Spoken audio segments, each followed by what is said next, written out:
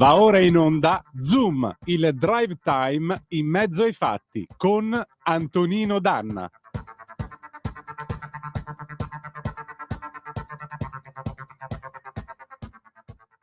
Antonino, a te la linea.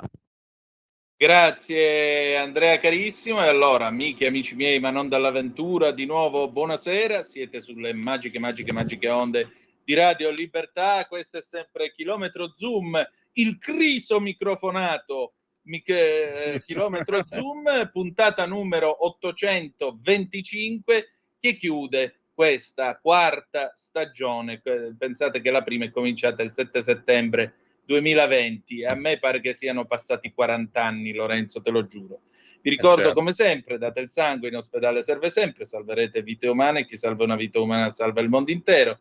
Secondo appello, andate su radiolibertà.net, che è diventata un giornale online, quindi troverete tutte le nostre malefatte, il meglio della nostra programmazione, oltre ovviamente agli editoriali del direttore Giovanni Sallusti, le firmissime e così via. E potrete anche, volendo, sostenerci. Ma adesso noi abbiamo ascoltato Sant'Alfonso's Pancake Breakfast da del grande del 1979 di Frank Zappa. E caro Lorenzo, noi abbiamo un'ascoltatrice al telefono che chiede insistentemente di entrare. Ma chi sarà? Allora, pronto? Ma chi c'è al telefono? Ciao, sono Federica, io adesso non è assistente. Sono Federica anch'io. Ciao Fede! Ciao. Buonasera a tutti e saluti calorosi. Qua è caldo. Mandalo a quel paese, Antonino, mandalo a quel paese. Mi fai un piacere, ti diamo la possibilità con garbo, perché naturalmente te hai stile, ma mandalo a quel paese per cortesia. No, adesso guarda, dovrà essere molto veloce perché ho un attimo un impegno così, però ecco, volevo dirti, proprio solo in questo buchetto qua, volevo dirti che ieri c'è stata un'importante manifestazione che ve l'ho girata adesso anche sul sito della radio, sì, a Bologna, per quanto riguarda il problema della gestione della fauna selvatica, dei cinghiali e non solo.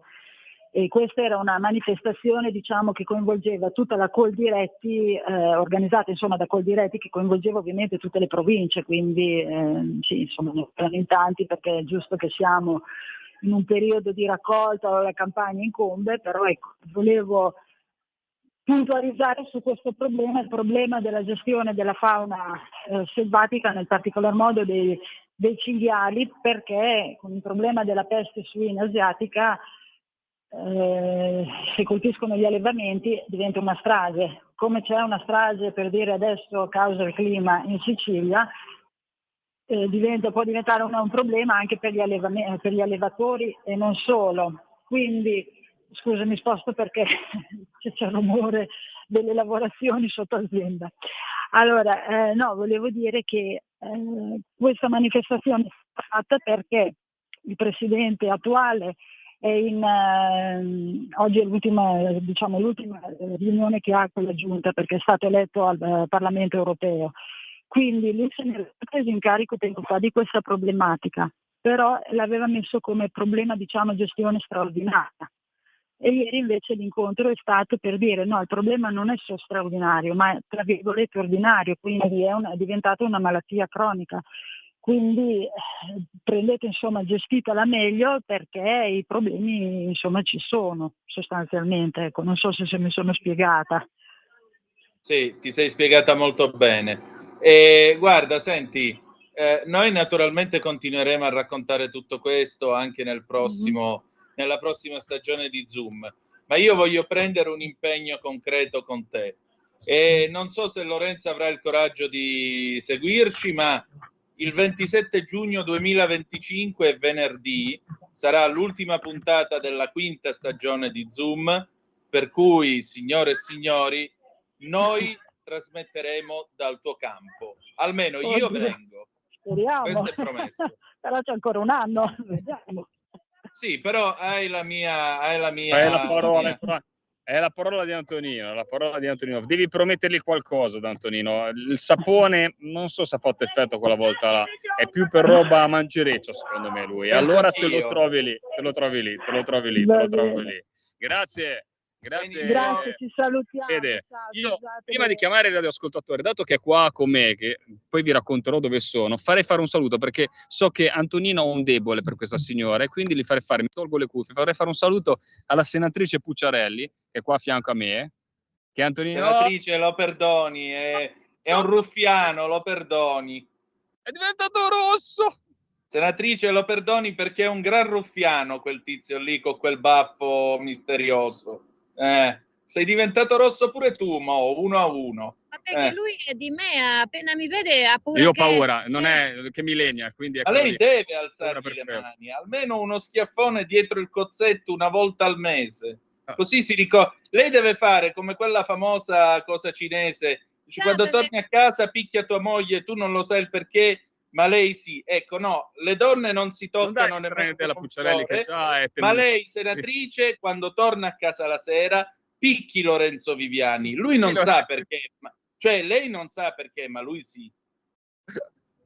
Non è vero, Lorenzo è bravissimo. È da questa mattina che siamo ad allestire la festa provinciale della Lega in questa meravigliosa area all'aperto dove abbiamo in esposizione trattori e mezzi agricoli storici. Quindi noi abbiamo 2 giorni dove verranno serviti prodotti locali come i nostri muscoli, le cozze che per noi sono muscoli, e le acciughe di Lorenzo Viviani. Quindi oggi non posso picchiarlo perché sennò domani non mi porta più le acciughe. Solo per quello. Quindi ecco, il discorso sta un po' in questi termini. Poi dalla prossima settimana si ricomincia. Grazie, ecco. Stefania. Grazie ancora.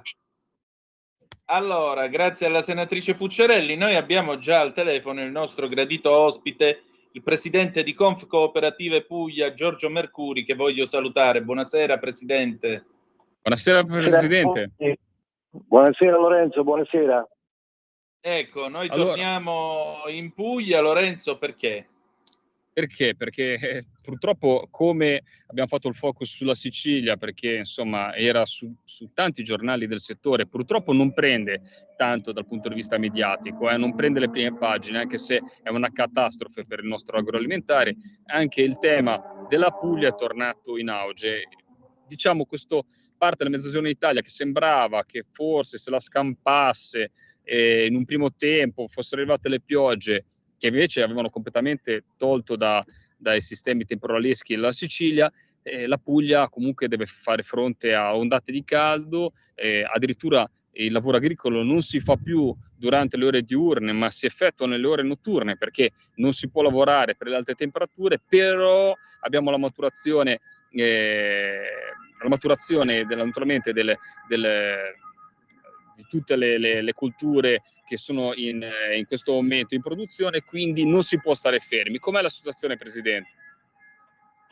Ma stiamo riscontrando questo caldo, io non direi anomalo, perché in realtà in Puglia le temperature anche negli anni passati sono state così elevate. Il tema vero è che quest'anno noi veniamo da una stagione, da noi non piove da ben 8 mesi, non cade una goccia d'acqua, e quindi siamo in un'area che non solo è calda ma anche fortemente arida, e naturalmente abbiamo calore dal cielo e calore dalla terra che non ci permette di gestire né le coltivazioni, e come hai ben detto tu, purtroppo alcuni lavori, la raccolta della frutta in questo momento, soprattutto le drupacee, possiamo farlo solo nelle prime ore di mattina, perché già alle 10 noi superiamo i 30 gradi in questo territorio.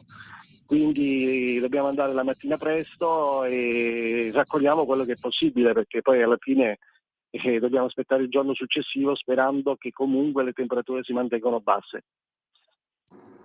Ma per uscire da questa emergenza, ne abbiamo parlato prima con il nostro ospite per quanto riguarda la Sicilia, ed è un cataclisma. Poi naturalmente ci deve essere l'intervento dello Stato, danni catastrofali, però c'è una perdita di reso, una perdita di mercato, fette di produzione che se ne vanno, agricoltori scoraggiati. Come si riesce, lo dico a un imprenditore agricolo e a un rappresentante che ha avuto anche, lo diciamo ai nostri ascoltatori, anche naturalmente degli incarichi a livello addirittura nazionale, quindi come si può fare a uscire da questo impasse?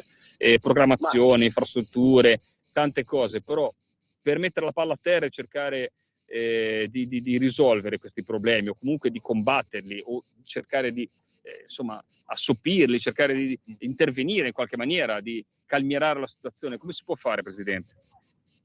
Ma guardi, quando si parla di ambiente, delle temperature, di tempo sostanzialmente, noi umani, non so se fortunatamente o sfortunatamente, possiamo fare poco. Quello che possiamo fare sicuramente per il settore agroalimentare, potevamo fare per il settore agroalimentare, è una serie di infrastrutture che potessero raccogliere l'acqua nel periodo invernale e poterla utilizzare nel periodo estivo. Già poter avere sufficiente acqua per poter irrigare, questo sicuramente renderebbe più agevole tutte quelle che sono le coltivazioni agricole. Non dimentichiamo che la provincia di Foggia è il più importante granaio d'Italia e quest'anno ha prodotto il 40% in meno di grano duro. Siamo nella piena coltivazione del pomodoro da industria e siamo nella fase di fioritura, perché siamo partiti con ritardi nei trapianti a causa della carenza idrica, quindi la diga ha aperto solo il 15 maggio e queste coltivazioni con queste temperature non riescono ad allegare i fiori, cioè il pomodoro non riesce ad allegare il fiore. Quindi significa che avremo una perdita anche di produzione sul pomodoro, con il rischio forte che noi fra un mese ci verrà tolta l'acqua, perché la diga l'unica diga che abbiamo qui in provincia di Foggia, la diga di Occhito, e la diga è sostanzialmente nei prossimi mesi sarà utilizzabile solo per i cittadini, quindi non potrà essere utilizzata per le coltivazioni. Andiamo proprio bene. Un disastro, e mi faccia dire anche, soprattutto sul frumento, sul grano, pensare che su quello che dovremmo fare per potenziarlo, per combattere la selvaggia importazione dagli altri paesi, poi ci ritroviamo che abbiamo anche il deficit, quindi si apre ancora di più la maglia delle importazioni. Antonino.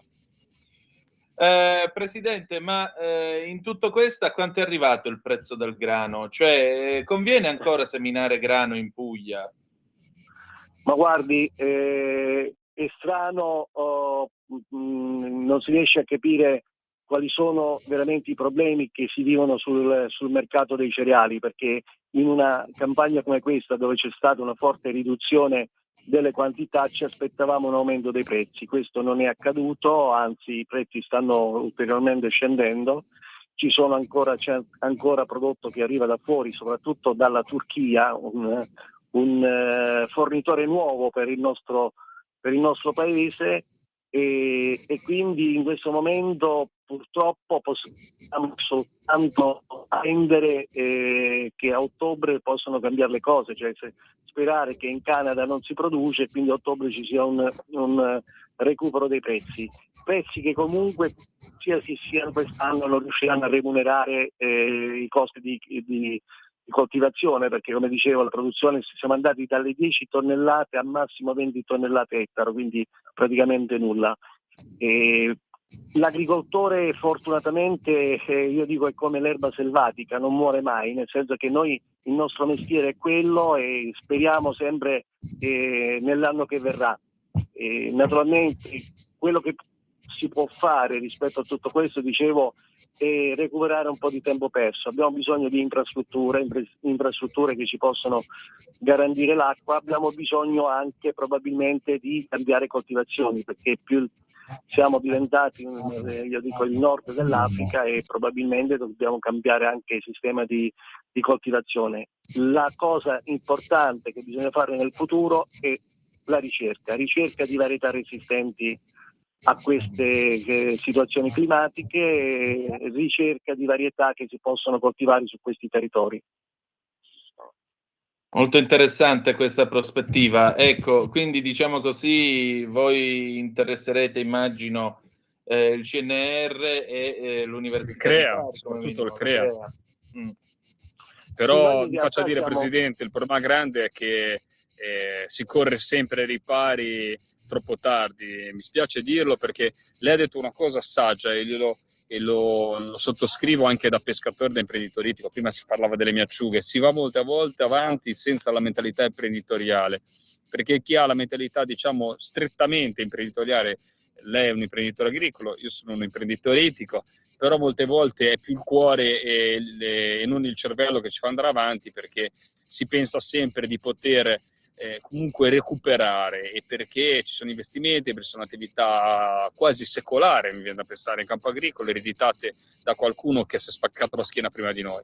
Non deve andare avanti così, non può andare avanti così, cioè ci si va avanti, e soprattutto la politica, tanto siamo conosciuti in altri frangenti, quindi certo. non critico la politica, diciamo, tout court, però molte volte non capisce quanto sulle spalle degli agricoltori, dei pescatori, la sopportazione sia così elevata, cioè si va avanti quasi in maniera scontata, ma non si capisce che queste persone fanno cose eccezionali, continuano a lavorare imperterriti per cercare di sopravvivere, quando conviene a volte invece chiudere baracca e burottine, vendere magari o fare dell'altro.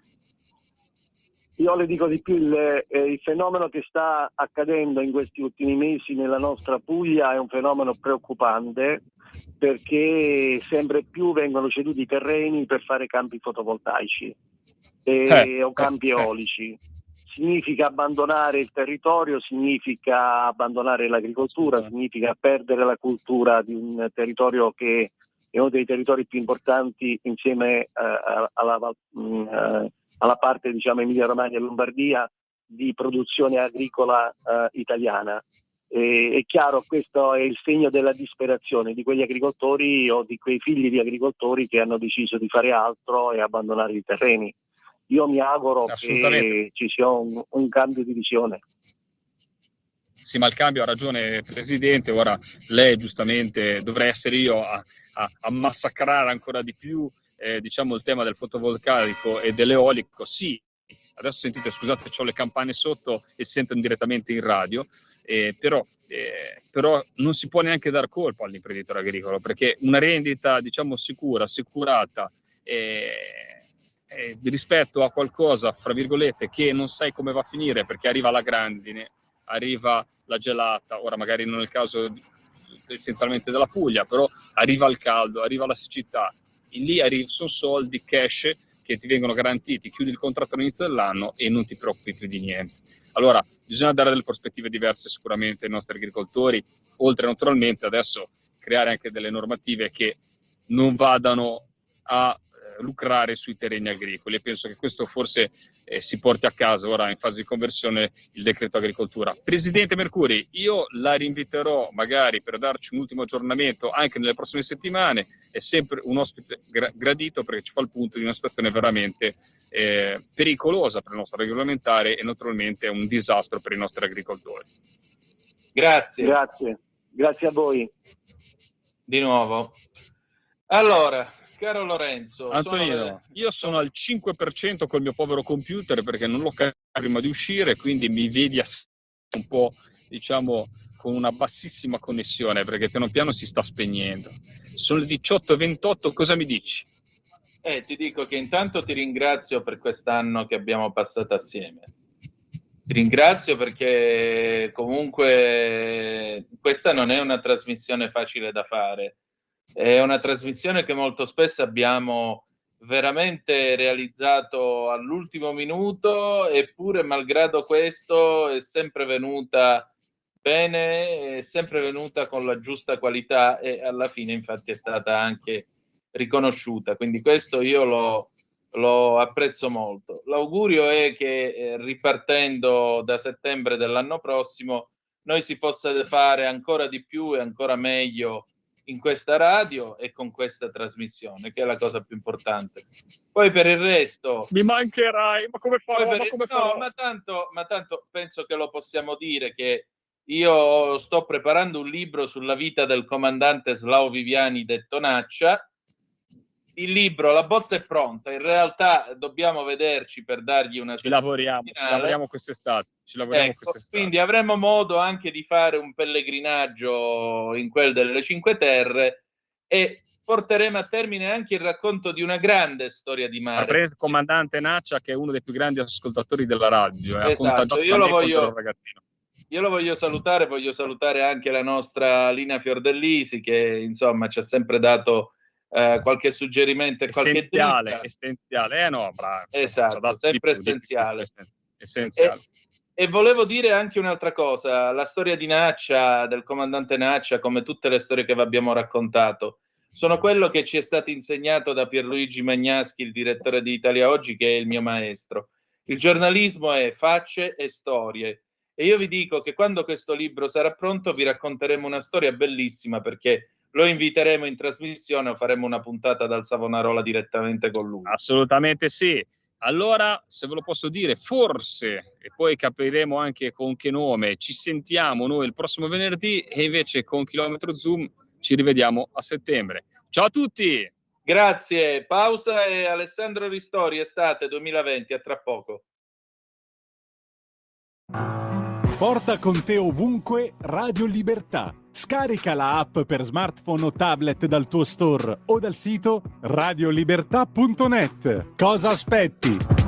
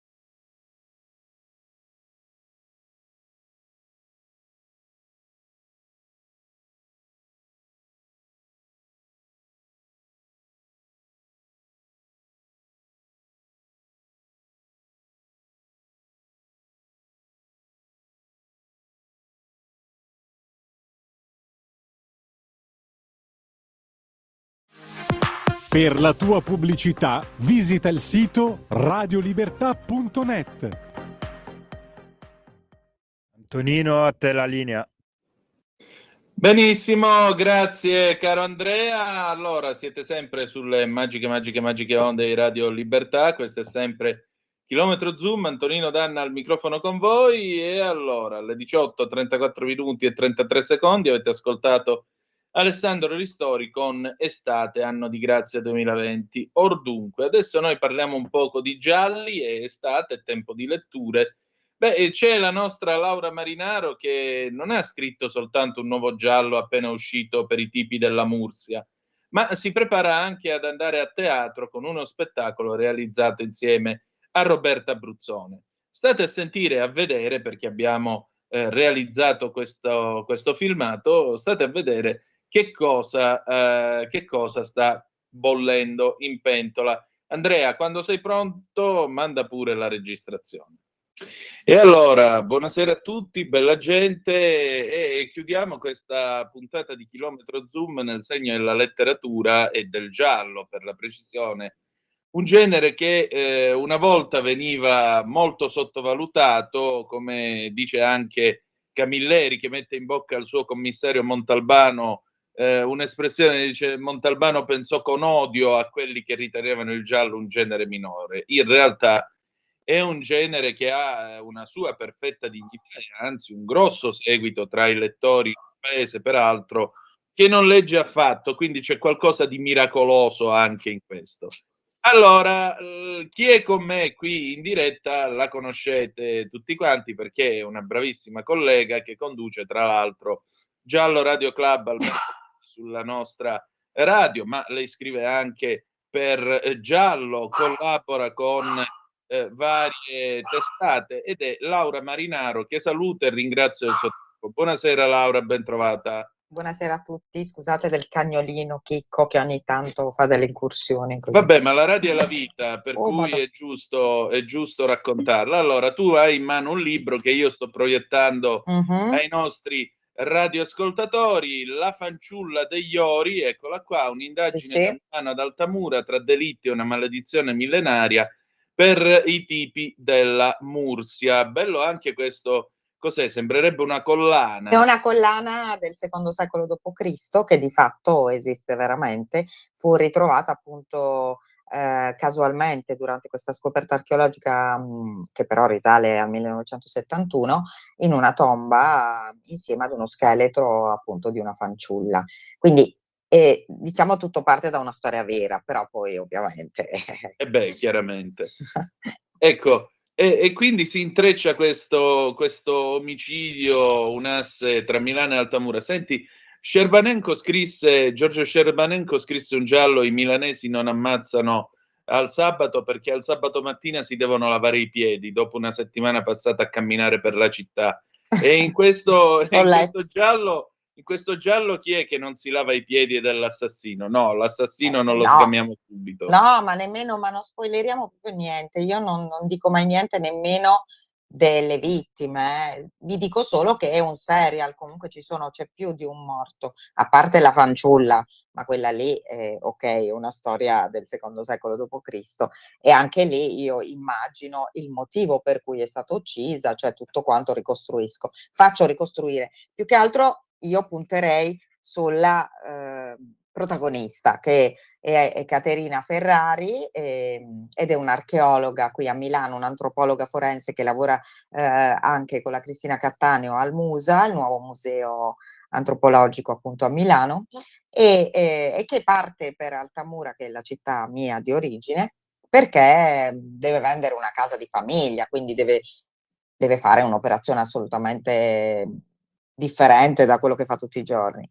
E lì succede di tutto, si imbatte in questa scoperta archeologica, ma anche in alcuni delitti e poi insomma è un continuo andare tra Milano ed Altamura, però c'è molta Altamura sicuramente in questo libro. Come vedete nella copertina c'è la cattedrale romanica che Federico II fece erigere nel 1232 per ringraziare la Madonna Assunta di aver guarito i soldati che andavano alla crociata. Altamura è una città insomma molto importante per la Puglia, sulle Murge, quindi è un invito anche ad andare a visitarla. Certo, e poi tutto sommato un po' le Murge con queste pietre che affiorano dal terreno sono un po' anch'esse un giallo, l'idea della verità che prima o poi affiora. E noi verità ne cerchiamo in tanti gialli che tu racconti nella tua trasmissione, che tu racconti anche nel corso di Giallo Radio Club. E da ultimo, tra l'altro, adesso sei anche a teatro con Roberta Bruzzone, vero?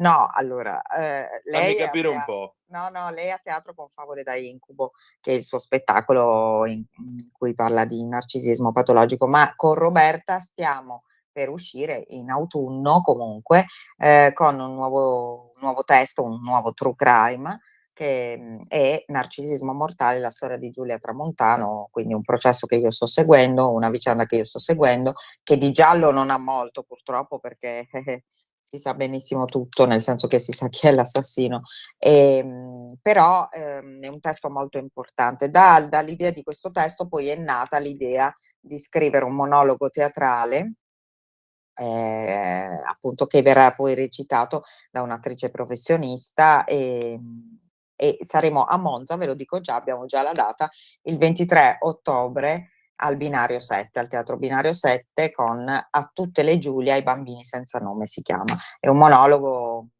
insomma, vabbè, non voglio dire molto, però è molto forte, molto importante. Certamente, anche perché posso immaginare chi sia la Giulia in questione, ed è una Giulia che è diventata sorella o figlia di tanti italiani per bene, ed è ovviamente Giulia Cecchettin, correggimi se sbaglio. No, è Giulia Tramontano. Ah, ecco, Giulia Tramontano, perdonami, Giulia Perché Tramontano uccisa però da... è anche Giulia Cecchettin, cioè nel senso noi parliamo Esatto. di tutte le Giulia, cioè di tutte le donne che sono state uccise dal proprio uomo, dall'uomo di cui si fidavano, e in particolare di quelle che sono state uccise anche incinta. Tra l'altro non è solo Giulia Tramontano, che era al 7° mese di gravidanza, ma ne ho trovate una ventina nelle cronache degli ultimi anni, una ventina uccise incinta dal proprio compagno, da quello che credevano nel proprio compagno. Per cui è a tutte loro, ai bambini senza nome, appunto, che non sono nati, che vogliamo dedicare questo testo, e anche a Giulia Cecchettin, ovviamente, di cui mi sto occupando peraltro su Giallo con insomma l'interrogatorio di Turetta, e vabbè, insomma, questo è l'altro. Senti, ma una domanda, ma perché il giallo tira secondo te? Perché la gente si appassiona?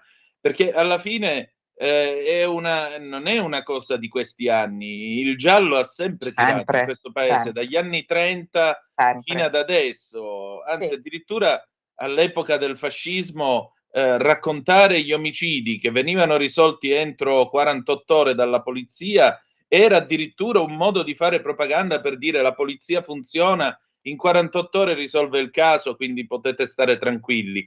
Ecco, ma oggi perché la gente segue il giallo? Cosa l'appassiona? Allora, la gente segue il giallo e il crime.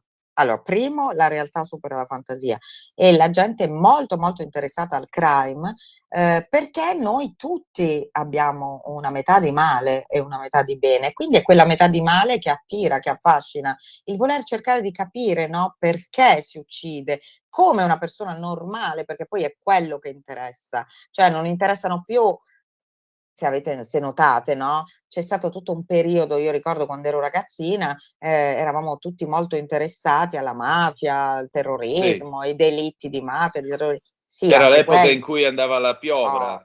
Okay, benissimo. Adesso obiettivamente anche ai giornali interessa poco questo tema, cioè interessa più invece i delitti, quelli della porta accanto. Perché? Perché tu scopri che anche tu potresti essere capace di uccidere, e quindi perché? Quindi tutti vogliono entrare nella mente. Poi dall'altro canto invece interessano, dal punto di vista letterario invece piace il giallo, ma perché il giallo è diventato il romanzo sociale che non c'è più, perché se voi notate i romanzi, quelli blasonati, che vengono premiati nei concorsi letterari, non sono mai gialli, cioè il premio Strega non è mai un giallo, il premio No, mai. Bancarella non è mai un giallo, sono sempre sti romanzi che parlano dei sentimenti, vabbè, ok, della qualunque, ma mai i romanzi sociali di una volta. Il giallo è diventato il romanzo sociale perché racconta,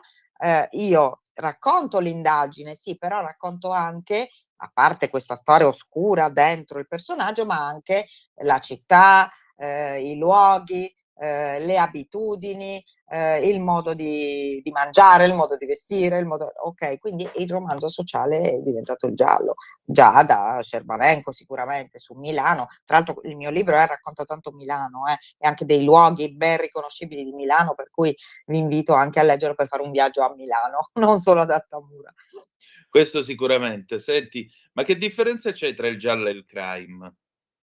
Il crime è quello vero, no? Cioè le storie vere, le storie vere di cronaca nera, che poi possono diventare cronaca giudiziaria e tutto quello che c'è intorno, quello che vedete, no? Negli infotainment si dà sempre più spazio al crime e al true crime, quindi il giallo invece è proprio, che solo in Italia si chiama giallo perché la Mondadori aveva editato questa collana che andava in edicola gialla, c'è ancora, giallo Mondadori.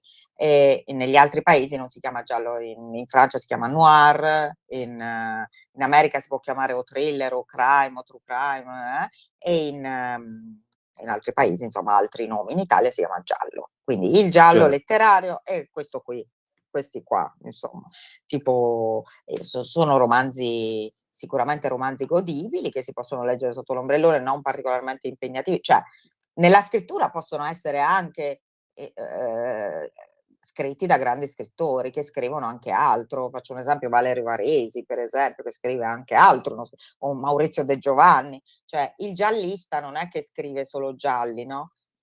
Può scrivere altro, però certo. è sempre come diceva, è vero, aveva ragione Camilleri, comunque è ancora considerato un genere di serie B, è ancora considerato così. Senti, noi ci conosciamo da 16 anni. Una delle prime cose che ricordo, tu mi hai detto di questo mestiere, è che quando si fa la cronaca nera, almeno una volta quando si faceva la cronaca nera, non era facile andare a casa di una persona a cui, per esempio, era morto un figlio, un parente ammazzato, sparato, per chiedergli la fotografia da mettere sul giornale. Volta, sì, una volta Oggi c'è Facebook, quindi è molto più facile. Sì. Ma voglio dirti, c'è un limite nell'attività di chi racconta i casi di nera, perché noi abbiamo assistito veramente a dei deragliamenti che hanno portato addirittura la gente ad andare a farsi i video e le foto ad Avetrana o andare a vedere la villetta a Cogna e così via. C'è un limite? Sì, diciamo che dovrebbe esserci, nel senso che noi abbiamo delle carte deontologiche da rispettare sicuramente noi giornalisti, però quando poi sono proprio le famiglie, cioè in quel caso di Avetrana, no? Cioè, ricordatevi, no? Furono le stesse assassine, insomma, a mettersi in primo piano e quindi ad offrire spunti per il gossip e tutto quanto, no? Poi c'è da dire una cosa, c'è molta differenza tra la carta stampata e la televisione, quindi facciamo questi distinguo sempre. La televisione ovviamente... Io mi ricordo le gemelle K quando fecero la fotografia mettendoci la povera Chiara Poggi e poi vennero fuori tanti di quei meme dove al posto della povera Chiara c'era il Gabibbo, c'era il comandante Kirk e così via. Sì, diciamo che i social e la televisione esasperano questi pruriti, ecco, in un certo senso, e la televisione col fatto che più vai nel gossip e più fai audience, allora va nel gossip. Però per fortuna non c'è solo quella, ci sono anche tanti giornalisti come me di giudiziaria importanti che seguono i casi, che sono molto puntuali nelle carte, esaminano i casi, fanno indagini anche da soli, fanno inchieste, quindi cercate di leggere un po' di più, dico io alla gente, magari sì, vedete la televisione, però leggete anche, leggete. Soprattutto ascoltate la radio che c'è lei, E la siamo radio, tutti noi, poi la insomma. radio è un mezzo meraviglioso, meraviglioso. Ma sì, perché allora io personalmente non indulgo mai in gossip, dibattiti sterili che non servono a niente, cerco di andare sul punto quando so le cose, se non le so sto anche zitta. Forse è questo che poi non mi ha portato a diventare, capito, una star televisiva. Come tanti altri. Si chiama Però, decenza. decenza, ecco. No, ma anche rispetto delle famiglie, cioè secondo me la prima cosa è quella. Io sono molto, molto sempre più vicina alle famiglie che all'assassino, ecco, se devo dire la verità, e rispetto la famiglia. Cioè se una famiglia vuole parlare, vuole raccontare il proprio figlio, vuole raccontare, glielo faccio raccontare come lo vuole raccontare. Non sto lì a inzigare, eccetera, eccetera. Se non vuole, basta, pensiamo a Yara, cioè i genitori di Yara non hanno mai parlato con noi. Io li ho fatti parlare nel libro come? Attraverso quello che hanno detto in aula al processo, che era un processo pubblico e che quindi tutti abbiamo sentito. Certo. Poi anche lì puoi rendere con la parola scritta il sentimento che provavano loro mentre parlavano della figlia e il sentimento che hai provato tu nell'ascoltare. Quindi anche lì ci può essere empatia, anche nella parola scritta. Senti, ma qual è il caso che più ti ha lasciato qualcosa dentro, quello che più t'ha coinvolto?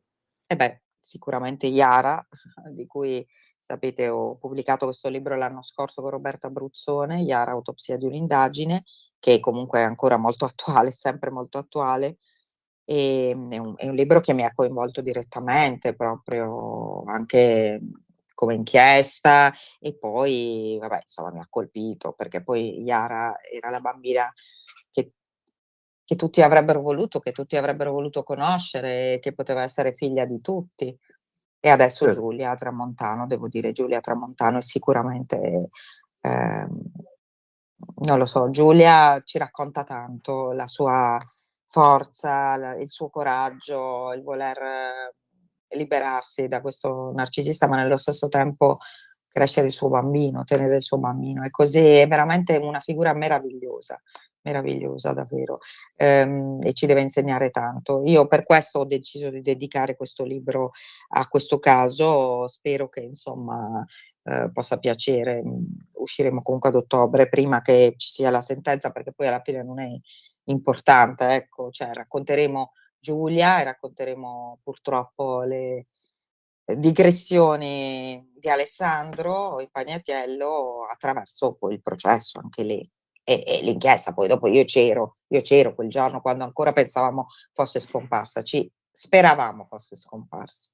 Ecco qua, questa è la Sì, copertina di di Yara. Yara, autopsia di un'indagine, sempre edito da Mursia, la potete trovare tranquillamente in libreria oppure sul sito della Mursia e vi ricordo appunto il suo ultimo giallo, La fanciulla degli ori, un'indagine da Milano ad Altamura tra delitti e una maledizione millenaria. Senti, ma allora ha ragione, per concludere, ha ragione Piercamillo Davigo quando dice che non esistono presunti innocenti, ma presunti colpevoli?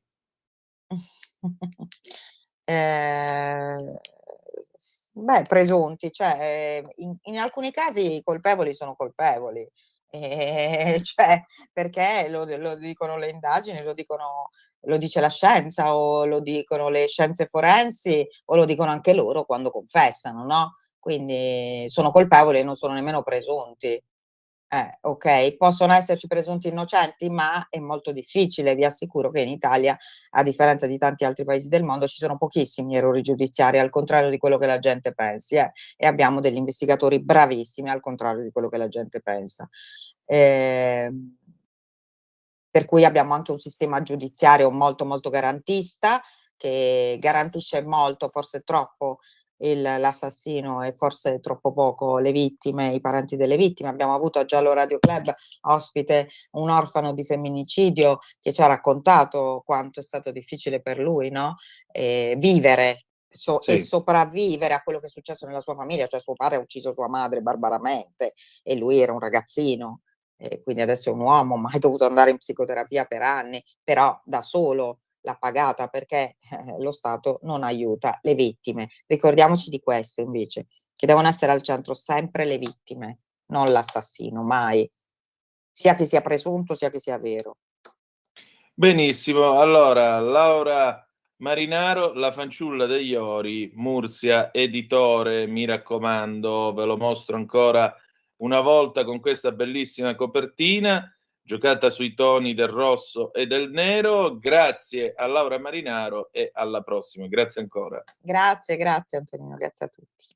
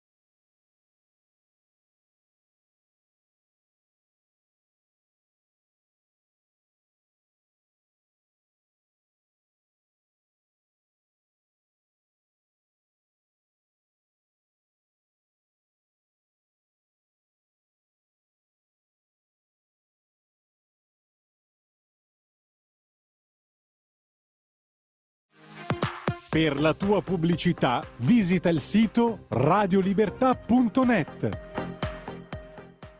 Antonino, la linea torna a te.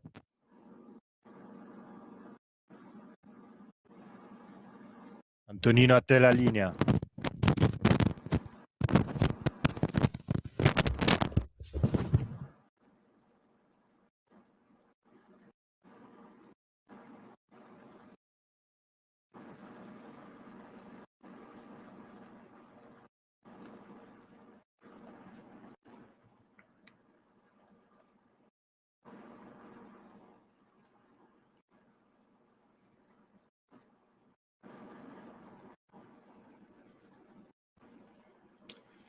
Rieccoci. No, non ti sento, devi Ora? riaprire il microfono, Andrea. Rieccoci, siete di nuovo sulle magiche onde di Radio Libertà.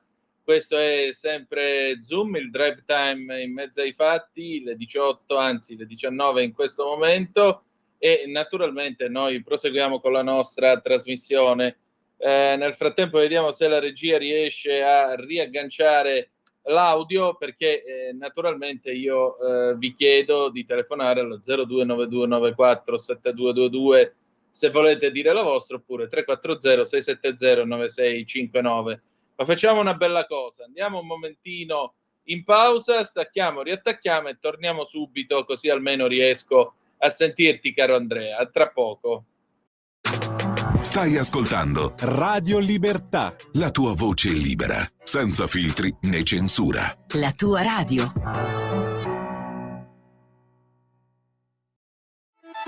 Stai ascoltando Radio Libertà, la tua voce libera, senza filtri né censure. La tua radio. I paid my dues.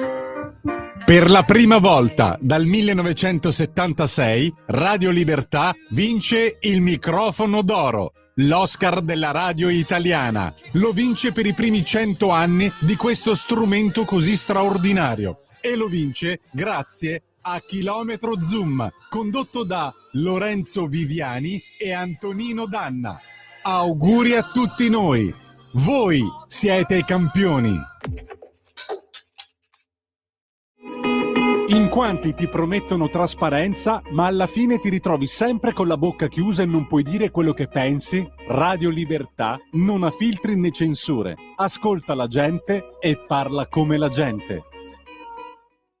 Antonino, mi senti? A te la linea.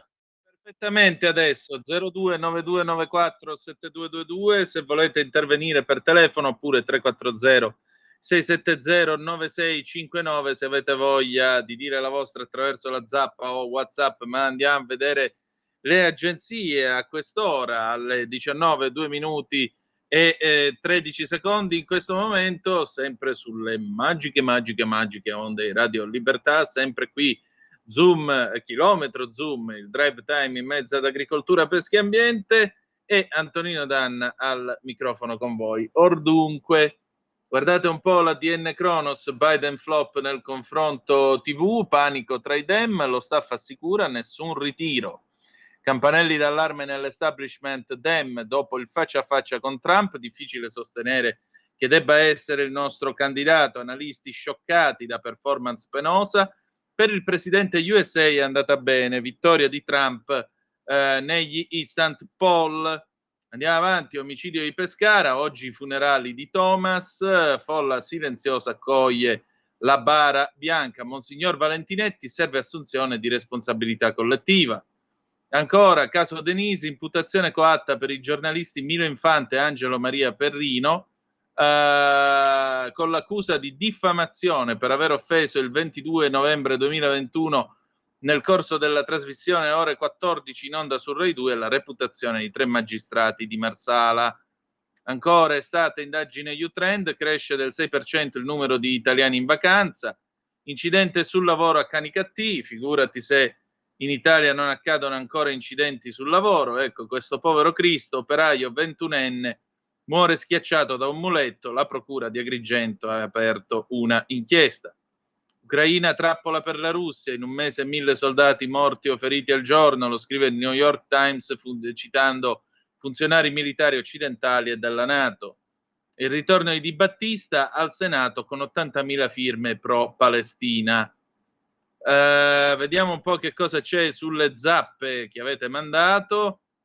Federica ci ha mandato le fotografie della manifestazione di ieri a Bologna. Basta cinghiali e fauna selvatica incontrollata.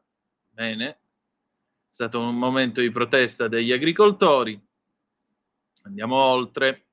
Bimbo morto nel pozzo, il testimone racconta, chiedeva aiuto, ha parlato con i genitori.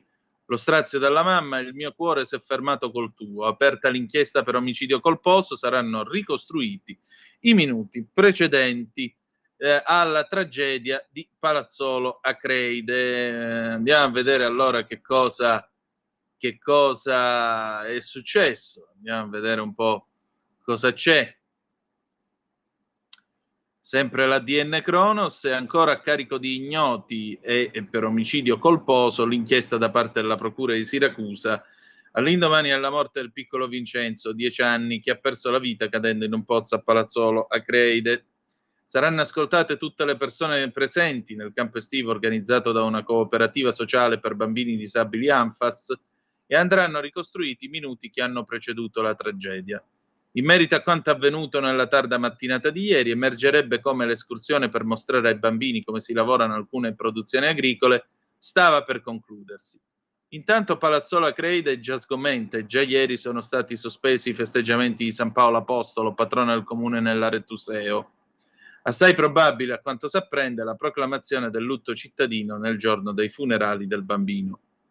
Un testimone ha ricostruito ai microfoni della TGR Sicilia gli attimi seguenti alla tragedia.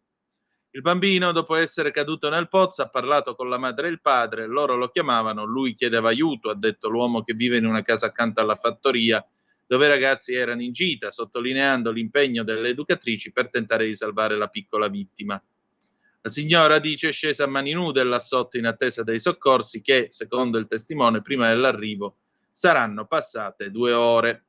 Il mio cuore si è fermato insieme al tuo cuore in quel maledetto pozzo. Ti amo, Vincenzo mio, si legge intanto sulla pagina Facebook della mamma del piccolo Vincenzo. Vedremo poi che cosa decideranno i magistrati in merito. Andiamo a vedere che cosa altro c'è. Andiamo a vedere la BBC. Che cosa succede nel mondo a queste 19.06 e 50 minuti del venerdì 28 di giugno dell'anno del Signore 2024, ultima puntata di questa quarta stagione di Zoom. Per la prossima vedremo cosa fare. Se avete suggerimenti, rubriche e quant'altro, scriveteci che vi prenderemo in considerazione e insomma ascolteremo le vostre proposte. La BBC ahimè, Biden è andato veramente male, ma proprio male contro Trump, tra l'altro facendo la figura del vecchio rimbambito che è, spiace dirlo, ma questo è, e in particolare Biden dovrebbe parlare tra un po' a un comizio nella Carolina del Nord, il suo primo evento pubblico dopo che è stato battuto nel primo discorso televisivo nel primo dibattito televisivo della campagna presidenziale 2024. I democratici hanno espresso imbarazzo per la performance del presidente e ci sono fonti all'interno del partito che dicono che alcune delle sue risposte addirittura hanno scatenato il panico. I principali sostenitori di Biden dicono alla BBC che il suo team che si occupa di guidare la sua campagna aveva oberato il presidente di lavoro nel corso della preparazione del dibattito. Il team della campagna insiste anche che il presidente non si ritirerà dal ruolo di candidato democratico e che terrà un nuovo dibattito con Donald Trump nel mese di settembre. Nel corso del dibattito Trump ha attaccato ripetutamente Biden sull'economia e sulla sua attività in politica estera, mentre invece Biden si è occupato dei problemi con la giustizia del suo rivale e soprattutto degli acclarati tentativi di rovesciare l'elezione del 2020. Trump inoltre ha ripetuto delle falsità, dall'aborto alle tasse al deficit, e in prima battuta ha evitato di rispondere alla domanda se avrebbe se accetterà il risultato delle elezioni 2024. Biden ha chiamato Trump sucker lo potremmo definire come cosa fetusa, ecco, che sarebbe quasi stronzo, però in realtà è più una cosa fetusa, perdente, loser, e ha detto che aveva la morale di un gatto randagio. Poveri gatti randaggi, io non sapevo che i gatti randaggi avessero la morale di Donald Trump, però adesso lo sapete. Dopodiché gli ha detto anche gne, specchio riflesso, buttati nel cesso, si è girato verso il suo amico immaginario Herbert e gli ha detto sono andato bene. Comunque nel frattempo la BBC sta facendo ovviamente come possiamo dire, sta facendo anche la diretta di questo comizio in quel della North Carolina. C'è un rapper tale Fat Joe il grassone, che ha cantato, insomma, ha cantato scaldando il pubblico prima di un altro rapper, E40, che ha cantato anche lui sul palco. Dice a BBC che i livelli di energia sono alti, è una sensazione completamente differente rispetto a quella del dibattito di ieri notte, quando Biden è stato criticato per la sua scarsa performance contro Trump.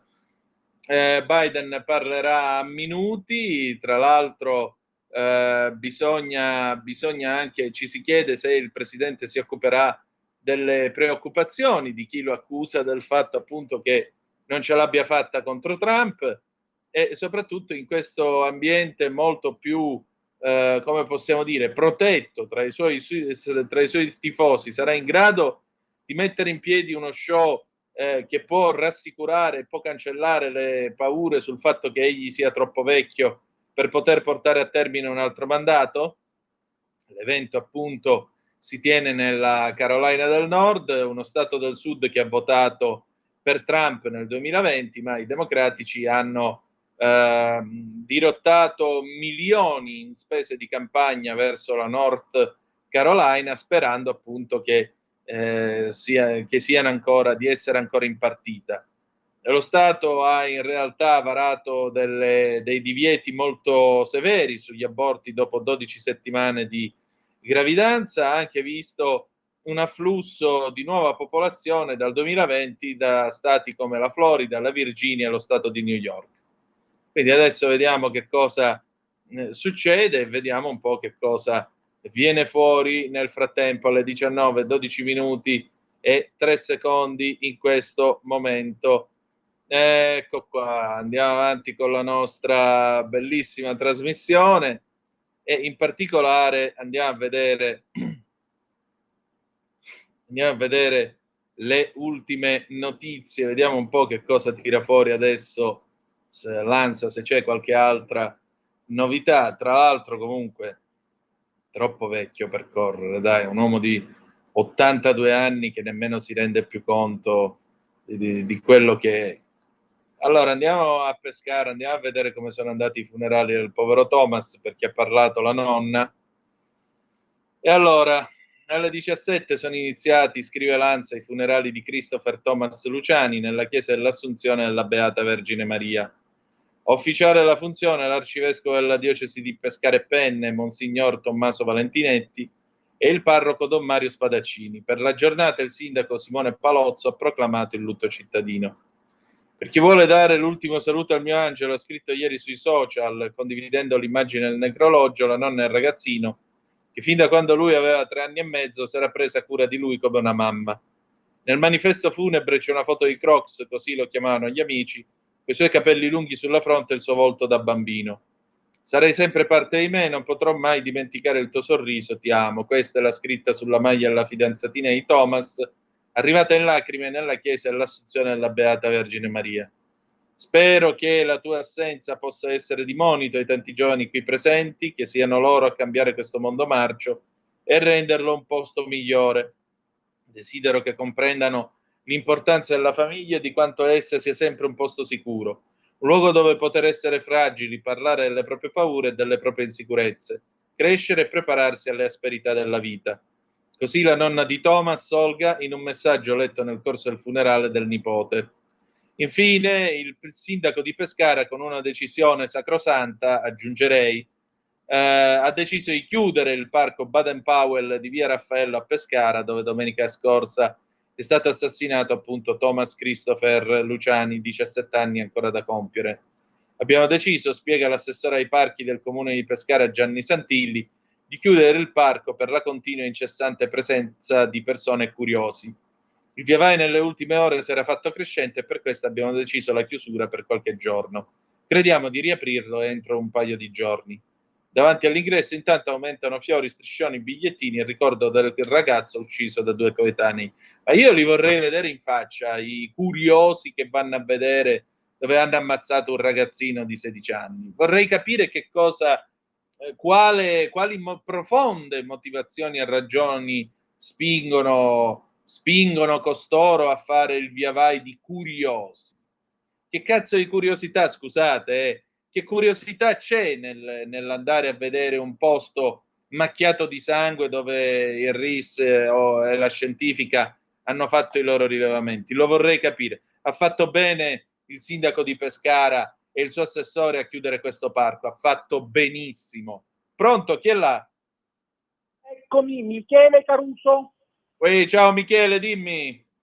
Buonasera a te Antonino, al Federal dei tuoi ospiti in collegamento, a tutta l'equipa e agli ascoltatori di Radio Libertà, la Talk Radio, di Zoom, il Drive Time Mezze Fatti, nella special edition del chilometro Zoom insignita del microfono d'oro 2024, alleluia. Grazie, dimmi tutto. Dunque non potevo mancare a quest'ultima puntata nell'augurarti di trascorrere delle buone vacanze estive dalle nostre parti in Calabria per poi risentirci ai primi di settembre, immagino. Il 2 settembre ripartiamo. Ecco, e allora un paio di mesi di ferie ci vogliono. Purtroppo no, io da lunedì vado a fare la rassegna stampa al posto di Giulio Cainarca, però la sera, ecco, grazie per aver sollevato questo argomento.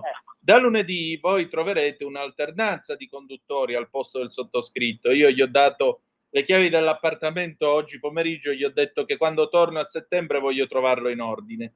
Lunedì avrete Matteo Desio, martedì Pier Vittorio Scimia, mercoledì Alessandro Verri, giovedì Marco Tognini dall'Europa e venerdì ci sarà ancora Lorenzo Viviani, stavolta in solitaria. Vai avanti Michele, prego. Allora ancora potrò intervenire con te nella rassegna stampa mattutina al posto di Cainarca, vero?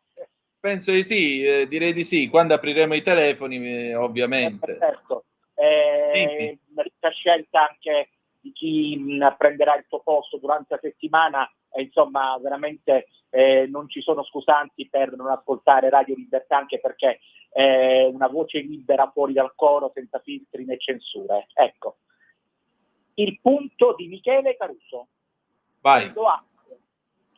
Che è una nuova frontiera dello scontro politico tout court. Da oggi è possibile infiltrarsi nei partiti politici e sindacati, riprendere le riunioni e pubblicarle. È uno strumento che si potrà utilizzare a 360 gradi, che appartiene al periodo del regime fascista. Ha detto in merito all'inchiesta di Fanpage la Premier, il nostro Presidente del Consiglio, Giorgia Meloni, al termine del summit dell'Unione Europea. Infiltrarsi nelle riunioni dei partiti è un metodo regime, ha attaccato, ribadendo, lontana da ogni sorta di hubris.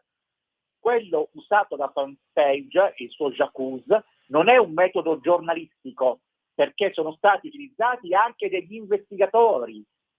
Se infiltrasse l'organizzazione giovanile di un partito politico che dice che è possibile occupare abusivamente le case, e io non ho mai istigato a violare la legge, che non si violi la legge, non si deve violare, non si viola, quelli che candidano persone indagate, ribadisco, persone indagate per far parte della banda del martello nel movimento giovanile, potrebbe trovare qualcuno che dice cose sbagliate. Sul metodo tout court credo che valga la pena fare una riflessione.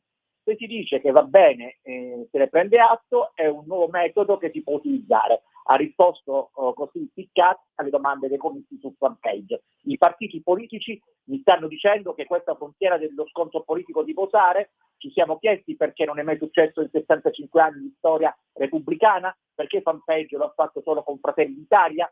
Io non ho imbarazzo, i fatti meritano di essere commentati, ma ci sono ambiguità da parte mia su questo. Ma perché nessuno ai 65 anni ha ritenuto di infiltrarsi in un partito politico e riprendere segretamente le riunioni? È consentito? Lo chiedo a lei, ai partiti politici, al Presidente della Repubblica Mattarella, ha attaccato la Meloni. Qualcuno chiede lo scioglimento di un'intera organizzazione giovanile sulla base di fatti che riguardano alcune persone. Penso che se lo stesso atteggiamento, la stessa inchiesta giornalistica si facesse in tutte le organizzazioni giovanili, dei partiti politici, non sappiamo cosa potrebbe uscirne. Nella storia della Repubblica Italiana non è mai accaduto quello che Fanpage ha fatto con Fratelli d'Italia, con nessun partito politico, con nessuna organizzazione giovanile o sindacale. Non si è mai fatto infiltrarsi in un'organizzazione politica, ha sottolineato. Come ho detto tante volte, lo ribadisco, penso che chi ha sentimenti razzisti, antisemiti o nostalgici semplicemente abbia sbagliato la propria casa, perché questi sentimenti sono incompatibili con Fratelli d'Italia, ha detto la Premier Meloni in termini del vertice UE. È legittimo che una testata giornalistica si infiltri in un partito.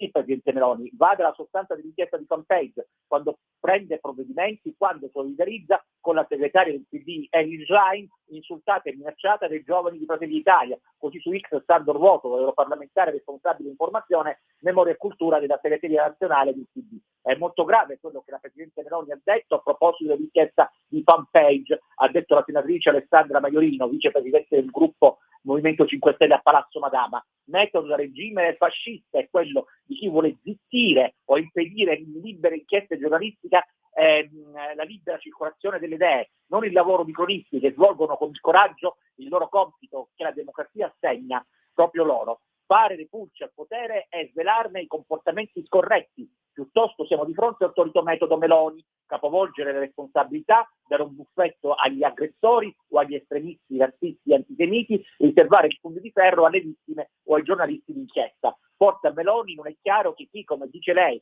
si è infiltrato nelle unioni di Gioventù Nazionale non l'ha fatto per capire strategie politiche, mosse elettorali o scelte organizzative, ma per denunciare condotte incostituzionali e contrarissime ai più basilari principi della democrazia. In queste riunioni succedeva la qualunque. Non si tratta di scontro politico, ma di difesa dei valori della nostra Costituzione italiana e della buona salute della nostra comunità. Giorgia Meloni è il capo del governo e Gioventù Nazionale è un'organizzazione che fa parte del primo partito italiano. Il suo, una volta per tutte, prenda atto degli oneri che questo comporta, conclude. La Presidente del Consiglio, mentre l'Italia viene messa ai margini in Europa, non trova di meglio che scatenarsi contro il giornalismo e fa strampalate insinuazioni contro di noi. Piuttosto faccia pulizia fino in fondo e definitivamente all'interno del suo partito della paccottaglia fascista e nazista. Da noi non troveranno mai militanti che odiano la democrazia, gli ebrei, i migranti, gli omosessuali o che non rispettano i diritti delle persone LGBTQ+. Mentre l'Italia, grazie a questo governo, viene messa ai margini dell'Europa e continua a non essere in grado sociali ed economici dei cittadini, dal caro vita agli stipendi insufficienti, la Presidente del Consiglio trova il tempo per coinvolgere l'opposizione nelle sue beghe interne. E vado a concludere, di fronte all'inchiesta giornalistica di Fanpage, che prova inequivocabilmente le simpatie e l'ammirazione di settori significativi del movimento giovanile di Fratelli d'Italia nei confronti del fascismo e della paccottiglia nazista, Meloni, invece di rispondere nel merito delle accuse e dei fatti riportati, invece di fare pulizia fino in fondo e definitivamente preferisce da una parte scatenarsi contro il giornalismo d'inchiesta democratico e dall'altra lanciare strampalate e quanto offensive insinuazioni nei confronti dell'opposizione. A differenza di Fratelli d'Italia non siamo né nervosi né preoccupati, può essere fatta qualunque inchiesta all'interno del movimento giovanile, qualunque nostra organizzazione territoriale, non troveranno mai militanti che odiano la democrazia, gli ebrei, i migranti o che non rispettano la dignità delle persone LGBTQ+ e i loro diritti, e non troveranno mai qualsivoglia simpatia per violenza e sopraffazione. Dalle nostre parti c'è solo passione, coraggio e progetti per un mondo più giusto e più verde e per un mondo più civile dei diritti per tutti. Questa dal canto suo la replica di Elly Schlein, segretario del PD. Allora ti chiedo, Antonino, qual è invece il tuo pensiero in merito a questo? Da Michele Caruso, grazie e buona serata, buon weekend.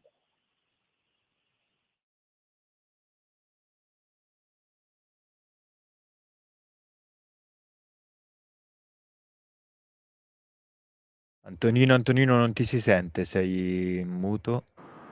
Hai ragione, scusa. Okay. Intanto grazie Michele, ma grazie a te Andrea. Allora, io penso che quando si usano degli investigatori non è più un'inchiesta giornalistica, ma è una cosa politica e non c'entra niente. È un tentativo di fare a sportellate per conto d'altri. Un giornale, un giornalista non manda l'investigatore privato a infiltrarsi dentro la chat o a mandare o a fare determinate cose per acquisire determinati screenshot. Perché devo attenermi alle parole che dice la Meloni. La Meloni dice sono stati utilizzati degli investigatori. Se sono stati usati degli investigatori, questo non è giornalismo, molto semplicemente. Il giornalismo sotto copertura o di inchiesta, il giornalismo di inchiesta si faceva con le conoscenze dei giornalisti. I giornalisti andavano in giro, incontravano persone, frequentavano baretti malfamati e agganciavano, per esempio, il brigatista negli anni 70. I giornalisti coltivavano i loro rapporti con le questure, avevano un amico brigadiere, avevano qualcuno che gli diceva guarda sta succedendo questo, guarda sta succedendo quello. Parlano tanto di Woodward, del Watergate, visto che siamo a 50 anni dal Watergate, parlano di queste robe qua, però avevano le loro fonti, avevano la gola profonda dentro il partito. Non hanno assoldato degli investigatori per scassinare il partito, diciamo così. Ora, io non so che uso abbiano fatto quelli di Fanpage per questa inchiesta, ma certamente, se è vero, torno a ripetere, non ho elementi per dire cosa abbiano fatto gli investigatori assoldati da Fanpage, ma se questo è vero, e penso che la Presidente del Consiglio sia in grado di accertare che questo sia vero oppure no, se Fanpage ha dovuto servirsi addirittura di investigatori, non è un'inchiesta giornalistica. È una cosa molto simile, allora a questo punto, stando così le cose, la mia è solo un'ipotesi, ci mancherebbe, al dossieraggio di cui si parlava nei primi mesi di quest'anno, argomento che come vedete è completamente sparito dai radar. Detto ciò, resta un fatto, è gravissimo che ci siano personaggi dentro la gioventù di questo partito che hanno queste posizioni. Gente così non può stare in quel partito e infatti sarà cacciata a calci nel culo. Direte voi, ci voleva l'inchiesta di Fanpage? Anche questo è vero, ma resta un fatto. Resta il fatto che succede la puttanata e si pone rimedio. Ma io mi chiedo, e vi chiedo, se a essere infiltrata fosse stata la gioventù del PD o di un centro sociale, e avessero usato anche degli investigatori, se avessero fatto un'inchiesta del genere mentre il PD era al governo e l'avesse fatta questa inchiesta, per esempio, Libero o Il Giornale o La Verità o anche questa radio, che cosa avrebbero detto l'indomani? L'attacco fascista di Libero e del Giornale e di Radio Libertà contro i paladini della libertà e dei diritti del PD. Ah, vergogna! Ah, qua, là. Ribadisco, per carità, Fanpage ha tutte le sue ragioni per fare il suo giornalismo a modo suo. Io non entro in questi termini. Osservo però una cosa. Una volta le inchieste si facevano sulla base delle conoscenze che si avevano dentro i partiti, non con l'investigatore. Tutto qua. Va bene, adesso passiamo al Qui Parlamento, quindi pausa e poi Qui Parlamento con il senatore Cantalamessa, Gianluca Cantalamessa, tra poco. Per la tua pubblicità visita il sito radiolibertà.net.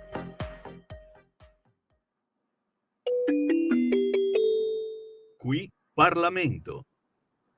E allora, senatore Gianluca Cantalamessa, buonasera, bentornato tra noi. Buonasera a lei, grazie per l'invito e un saluto ai radioascoltatori. Sempre un piacere. Senta, stasera parliamo della ripartizione 2024 del fondo derivante dalle sanzioni amministrative irrogate dalla GCM. Ce lo vuole spiegare un pochettino? Sì, diciamo che questo è un fondo che praticamente si alimenta con quelle che sono le multe che vengono irrogate dall'autorità garante della concorrenza e del mercato e vengono destinate con dei fondi appositi a vantaggio dei consumatori. Quindi una norma di redistribuzione di quanto hanno preso varie società per posizioni di abuso dominante, definiamo così, e vengono spalmate su varie azioni e iniziative a vantaggio dei consumatori. Quindi è un qualche cosa che c'è da qualche anno, è una legge del 2001 e si proroga, ogni anno c'è questo sistema compensativo che secondo me è una misura molto giusta. Quindi per esempio ci sono 8 milioni che vengono assegnati alla vigilanza del mercato, alla conformità dei prodotti, alla sicurezza dei prodotti, poi ci sono magari 6 milioni per le iniziative per i consumatori promosse proprio dall'associazione consumatori,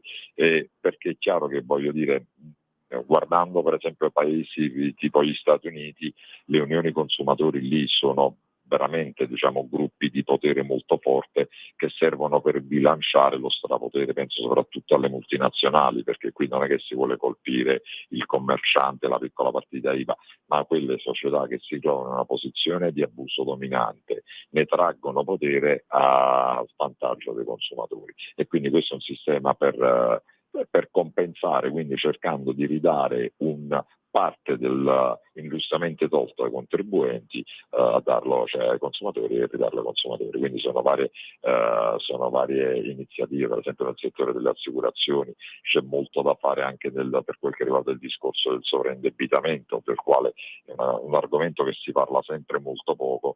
Io ho fatto un question time alla Camera con il ministro Nordio, perché in questo momento esistono in Italia 400.000 famiglie che hanno la rata del mutuo che è più alta del 50% del reddito. Quindi per dire, se una persona per esempio guadagna 1.500 euro, ci sono 400.000 famiglie che hanno una rata del mutuo che supera gli 800 euro. E questo è sicuramente un problema, che uno Stato non può non tenerne conto, per cui stiamo facendo anche un lavoro con il Ministro della Giustizia, perché esistono gli strumenti normativi ma sono un po' fermi, così, e quindi vanno adeguati, perché è immorale che lo Stato non dia una mano a chi è in difficoltà, non perché voglia essere in difficoltà, ma perché con delle rate del debito e quant'altro sta andando male. Purtroppo in Italia su questo si ragiona sempre in maniera si punta il dito contro i sovraindebitati. Io più volte dico, se penso a Elon Musk, se penso a Walt Disney, se penso a Bill Gates, sono persone che sono partite dopo aver avuto dei fallimenti, e quindi su questo secondo me c'è tanto da fare ancora nel nostro paese. Sicuramente, anche perché questo è un discorso che si è affrontato molte volte. In America il fallimento è un'occasione per ripartire, mentre invece in Italia è uno stigma sociale, quindi quello è fallito, per cui gli deve andare addosso tutto il mondo. Verrebbe da citare Aldo Moro, e poi tutta questa severità in un paese così scombinato come l'Italia. Sì, no, vabbè, ma purtroppo per quella mentalità proprio alla quale faceva riferimento lei, no? Prima del discorso, se alcune cose le fa qualcuno non ha valore, se le fa qualcun altro che magari ha sempre avuto il potere nel nostro paese, assumono un valore diverso. Quindi certo. Il fatto per esempio che senza neanche arrivare ai falliti, parliamo solo di persone sovraindebitate, indebitate, che poi questo nasce quel mostro della vergogna nelle famiglie delle persone per bene che vanno in difficoltà, e ci sono casi di suicidi, ci sono casi di persone che ricorrono all'usura, perché quando poi invece potrebbe convenire molto di più allo Stato essere meno giudicante nei confronti delle persone per bene che si possono trovare in momenti di difficoltà e più collaborativo. Magari si fanno anche meno regali alla criminalità organizzata, che sull'usura ci lucrano moltissimo. Comunque, tornando al provvedimento, diciamo, quindi è un provvedimento che cerca con un sistema compensativo di togliere a chi è ingiustamente preso e ridarlo ai consumatori, però abbiamo ancora tanto da fare, perché la politica fino ad oggi si è tutelata si è preoccupata di tutelare quelli che sono i poteri forti nel nostro paese, ma voi in radio ne parlate spesso, e a pagarne le spese sono i cittadini e le piccole partite IVA. Senatore, senta, è estate, come ogni anno si discute di caro voli. Che si fa? Anche lì si dovrebbe fare un ragionamento molto più ampio, nel senso che adesso c'è questo discorso della tassa perché i voli vanno a inquinare. Io trovo che l'Unione Europea stiamo vivendo un atteggiamento, veramente un momento folle. Io ho fatto un intervento in Senato sul florovivaismo ieri e dicevo: va rispettata la natura e l'ambiente, ma soprattutto va rispettata la natura dell'uomo, cioè non può passare il concetto che l'uomo è un soggetto, come è stato definito da più persone, un parassita perché consuma energia e non produce energia. E scusateci tanto, se siamo esseri umani, voglio dire, allora meglio non esserlo più. Quindi il caro voli è sicuramente un problema, soprattutto su determinate tratte. Esistono delle situazioni di fatto di monopolio che non permettono una libera concorrenza. C'è anche da dire di contro però che rispetto a 20 anni fa, 30 anni fa, la libera concorrenza in questo settore è arrivata. Cioè, se io penso, voglio dire, che mio figlio ha comprato un biglietto e adesso va in un'altra nazione pagando 35 euro lui e 35 euro il suo amico sui siti, quelli lì dove capitano le opzioni. Sì. E una volta per andare da Napoli a Milano ci volevano 600.000 lire. Come no? Bisogna anche considerare questo. Esistono delle situazioni di monopolio, tante diciamo monopolio palesato o non palesato, sulle quali secondo me il governo ha l'obbligo nei confronti dei cittadini di andarci a mettere le mani, perché non è giusto che per farmi le spese sono le persone di qui sopra che poi magari si vanno a indebitare e devono ricorrere all'usura, si devono vergognare quando poi ci sono persone che in modo poco trasparente creano dei monopoli e guadagnano paccate di servizi. Senatore, senta, quali sono i suoi prossimi impegni adesso? E abbiamo il decreto dell'agricoltura che arriva in Senato. Io settimana prossima, lunedì e martedì, sarò però in missione in Romania con la delegazione OSCE, dove votiamo delle cose insieme ad altri paesi europei sulla sicurezza a livello europeo e poi diciamo il lavoro in antimafia e il riordino degli incentivi alle imprese, che quello è un altro discorso che prenderà tanto piede, perché lo Stato eroga, questo è un dato che sfugge ai più, lo Stato eroga per il tramite di contributi diretti e o indiretti, pensa agli esoneri contributivi, previdenziali per chi assume persone, voglio dire, fasce fragili, eccetera, più di 100 miliardi di euro ogni anno, e sono totalmente slegati da una politica industriale, perché chi ha governato questo paese senza fare riferimenti politici, il centro-sinistra, per tanti anni ha ritenuto le due parole politica ed industria antitetiche. Noi invece riteniamo che la politica debba essere a supporto delle imprese, perché sono le imprese che devono produrre ricchezza, non secondo i comunisti che deve essere lo Stato a produrre la ricchezza. Lo Stato, la ricchezza la producono le imprese e lo Stato deve essere di supporto alle imprese. Quindi cercare di indirizzare questi 100 miliardi che non sono della politica ma sono dei cittadini che ci ascoltano e cercare di finalizzarli in maniera coerente con quelle che sono le politiche industriali, io trovo che sia un grande lavoro che ci dovrà trovare pronti, e lo stiamo iniziando a fare. Quindi abbiamo questo, abbiamo il decreto agricoltura, poi arriverà il decreto salva casa, insomma si prevede un'estate come giusto che sia bella e calda, diciamo così. Molto bene, noi saremo qui a raccontarla. Senatore, allora grazie del suo tempo e alla prossima. Grazie a lei, un saluto a tutti i radioascoltatori, grazie. Grazie. Sigla. Qui Parlamento. Ok, bella gente, allora noi per questa sera e per questa stagione abbiamo finito. L'appuntamento sarà il 2 settembre alle ore 18.05 trattabili, sempre sulle magiche onde di Radio Libertà. Vi ricordo però che quest'estate avrete a lunedì Matteo De Sio, martedì Pier Vittorio Scimia, mercoledì il caffè di Alessandro Verri, giovedì Marco Tognini che parlerà dell'Europa e venerdì Lorenzo Viviani. Zoom chiude questa quarta stagione. Io voglio ringraziare tutti voi che ci avete messo le orecchie, voglio ringraziare tutti quelli che hanno collaborato a questo programma, cominciando da Claudio De Filippi, passando poi per Paola D'Amico, Antonio Zennaro, Carlo Cambi, Gabriella Ronza e poi ovviamente anche il nostro Lorenzo Viviani, insomma, diciamo che il vostro impegno è quello che permette a questo programma di offrire un'alternativa in un panorama, insomma, quanto mai variegato, quale quello della radio italiana. Grazie a tutti e ciascuno di voi da parte mia. Grazie soprattutto ai vostri interventi. Abbiamo avuto modo di commuoverci, di ridere, di litigare anche, perché no? Ma abbiamo cercato di fare il nostro dovere, questo spero che ce lo riconoscerete, cercando di metterci sempre le nostre idee, non per compiacere chi ci ascolta, ma per provare a raccontargli con una certa onestà intellettuale quello che accade in questo nostro vasto mondo.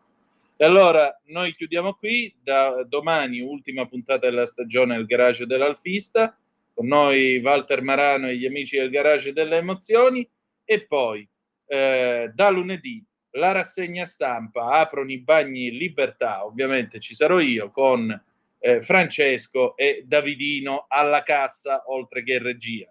Venite già colazionati che al resto ci penseremo noi. Grazie per essere stati con noi. La canzone con cui ci salutiamo è Frank Sinatra, Strangers in the Night del 1966, a mio padre. Grazie e non dimenticate che the best is yet to come, il meglio deve ancora venire. Vi ha parlato Antonino Danna. Buonasera.